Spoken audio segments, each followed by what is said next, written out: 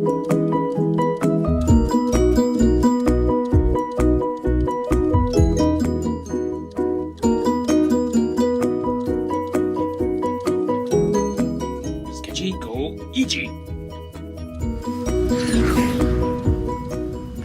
Hey guys, welcome to my latest video.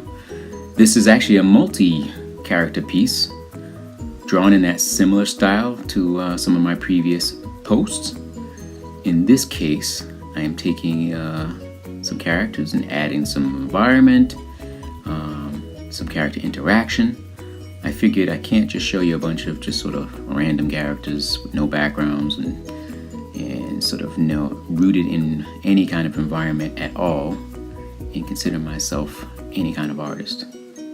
Like it really matters. Ultimately, as I've said in the past couple of videos, it's really all about having fun with the drawings. Doesn't matter how many characters you put in, doesn't matter if they interact, doesn't really matter if they have an environment. What does matter is that you enjoy doing what you're doing, and if you want to be a well-rounded artist, however, you're gonna kind of want to draw all the different aspects that I just described. And in doing so, you will have kind of, if not a mastery, certainly a good understanding of art and how to kind of make it interact and be more dynamic. And I think oftentimes you can render a character to be pretty dynamic on its own, but it really takes shape when you put it into a space. Not necessarily outer space, but a space. So bear that in mind, fellow artists, as you render. It's never a bad thing. It takes a bit more time. I think oftentimes young artists or older ones who are a little on the lazier side tend to just kind of render characters alone on a page, unless it's specifically requested as a commission. I'd like to try to throw a little bit of background, a little bit of context, and I think it makes the most interesting pieces. In this case, this particular drawing was inspired by Kempo Joe.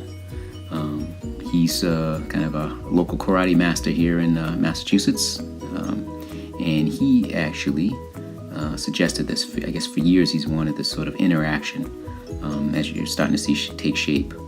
It's between Deadpool there on the left and Deathstroke the Terminator, and in the background I'll let that character sort of be surprised when I actually start rendering him.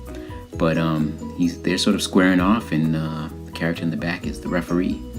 And he didn't mention specifically putting into a dojo. And you're going to see later in this particular video, I'm going to kind of render out this dojo background, kind of Matrix-esque dojo. But I thought it'd be interesting to do so. And so as far as what I'm doing here, as always, just kind of rough out the shapes, rough out the characters, figuring relative scale and proportion of each. Obviously these scales and proportions are super deformed, being in that specific style, the kind of the style that is familiar to me and to people who are aware of my artwork.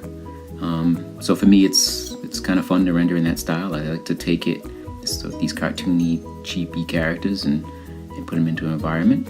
As you see now, the background character is starting to form. Definitely an old school character, Marvel. If anyone knows of Taskmaster, I don't know who came first. I am definitely not a comic book historian, but I feel like Taskmaster has been around for as long as I've read comic books, and that's way, way back. You're talking 1970s. Not to date myself, which I just did. Anyways, so as you see here, the layout's starting to take shape in terms of the interactions between those characters. I try to give a little personality in their stance and in their gesture. I think when you do, the images start to tell a little bit of a story. And I think ultimately when we render these things, you want to kind of tell some kind of story. Again, no disrespect, but even if it's just a simple character with no background whatsoever. I'm rendering this in Procreate on the iPad with the Apple Pencil, and so that's what's allowing me to kind of make these changes and adjustments on the fly. To take characters, parts, and bits and sort of shift and adjust them is obviously not as fun to do in the real world. As you see at this point, I've kind of got the characters all laid out in the way I want them. So I thought I'd go in and refine him a bit and kind of throw a digital ink line in. And as you can see there, his head disappeared, probably because I have him on another layer. That's another benefit of rendering digitally. And although I did grow up as a traditional artist and still can and do render things in the real world, I find for me, working digitally allows for a lot of that sort of editing, on-the-fly editing that you can't necessarily do in the real world unless you bought stock in whiteout and white paint.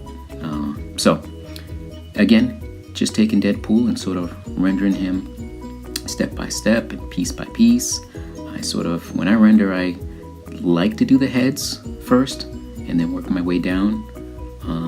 Because I've done a lot of the structure stuff in the sort of underdrawing and the gestures, I feel pretty confident in laying in the inks, starting at whatever point, generally the head, and working my way all the way down to the feet. Sometimes I'll divert and get off, like in this case where I'm working on the sword. The other sword, by the way, for those who are critiquing, is behind his head. I don't think you would see it at all at this point. Which brings me to a good point. Oftentimes, it's okay to be critical of other people's art, particularly if it's constructive. I tend not to do that. I will, when asked, will offer a critique. I find that I don't want someone to be shaken, their confidence shaken. However, if you ask and I can see something I think would help that particular piece you're working on, or if there's a trouble spot that you have, whether it be rendering hands or feet or faces, and you present to me in person a piece of your art and you say, hey, how can I make this better? If I've got a suggestion, I certainly will do so in the most polite and in the most respectful way. And I would suggest that to anyone who's critiquing, particularly young artists, his work, is to kind of be mindful of that. We were all young once, and I'd rather not crush somebody's dream with my opinion. Anyways, as you can see, I'm starting to I've migrated over to the other character, the Deathstroke character. I think he's Slade also in the DC world. You forgive me if I don't have the history of each character. But what I do know is that, again, just rendering him in bits and parts and shapes. And I think at this point here, I notice that the hand is a bit small because it's, again, even though he's small, I think he needs to have a hand that's in the foreground. And at some point after I get done rendering this bandolier, it kind of hits me. It's like, I think it might be nicer if his hand is a bit bigger to match the size of, there it goes, to match the size of the other hands, his and Deadpool's. And also, I think it being the foreground, makes it a bit more dynamic. There is a word for that. It's called foreshortening. I think I might have picked up that little piece of information way back in the day by reading How to Draw the Marvel Comics way. And that, to me, was like my Bible. I'm assuming it's still in print, and so I would highly recommend buying that book. Not even getting it digitally. I mean, actually buying the book, and doing it the old analog way. There's something about it, thumbing through those pages. Maybe it's just me being nostalgic, but there is something about thumbing through those pages and flipping the page and not necessarily clicking on the screen to make that happen, which is ironic because I'm rendering this on a screen as we speak. But so as you can see, I also like to kind of root the characters with a little shadow on the floor. I think there's something about that. Well, I know what it is about that. It gives it gravity. It gives it a character a little bit of weight when you can just drop a little drop shadow on it. It roots the feet to the surface. In some cases, if the character is leaping or is flying about the land, there's a little drop shadow that you add just beneath the character, and boom, now you've got maybe certainly not realistic, especially as it pertains to these cartoony characters, but there's an element where it tricks your eye into thinking this character is within a space, and I think that's important. for any artist, and not necessarily just young aspiring artists, but any artist to kind of, if you root your character in a space, I think it'll feel more grounded and definitely give your piece a lot more gravity, for lack of a better way to describe it. So moving forward, I think at this point I'm probably just kind of detailing out. I think I realized the eye looked a bit too Spider-Man-ish, that eye on that side. I know his mask is split in half, with one side being dark and one side being light, and obviously this so happens to be the lighter side. I hope that's accurate to the character. I looked at a piece of reference before I started, which brings me to another good point. Reference. I remember when I went to art school many moons ago, there was a sort of a prevailing sort of antagonism towards working from reference. And I'll be honest with you, I mean, I've been fortunate to be a professional artist for many years, and there's flat out cases where I'll find an image, a photograph, and I'll do a render over right on top of that image, particularly if I need it to be A, fast, and B, sort of a little more photorealistic, particularly with the proportions. And what I've discovered over the years is that in doing so, sure, it doesn't replace looking at a photo, or certainly doesn't replace drawing from life, which is the ultimate.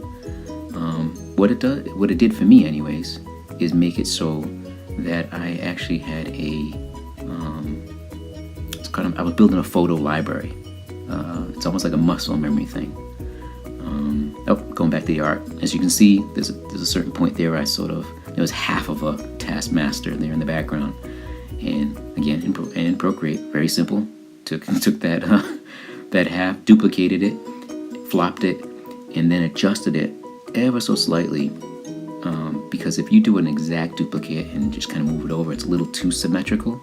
It starts to look a little odd.